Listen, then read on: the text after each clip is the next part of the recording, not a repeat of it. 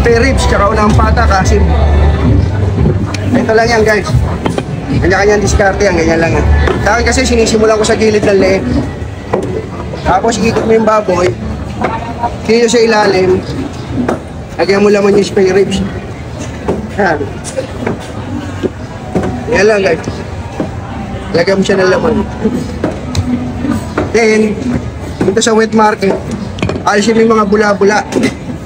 Ayan. Alisin mo yung mga bula-bula na yan.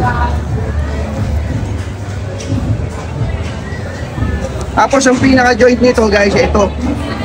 Ayan ang joint niyan dyan. Sa mga beginner, ito joint niya. Tingnan nyo. Panoorin nyo, palalabasin ko. Ayan. Ayan. Ayan ang joint niyan. Sa wet market, nilalagyan namin laman yung BX ng pata. Alaman na natin para makita nyo.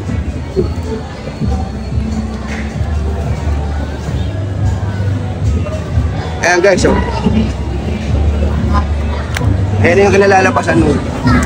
Gusto kasing na, oh.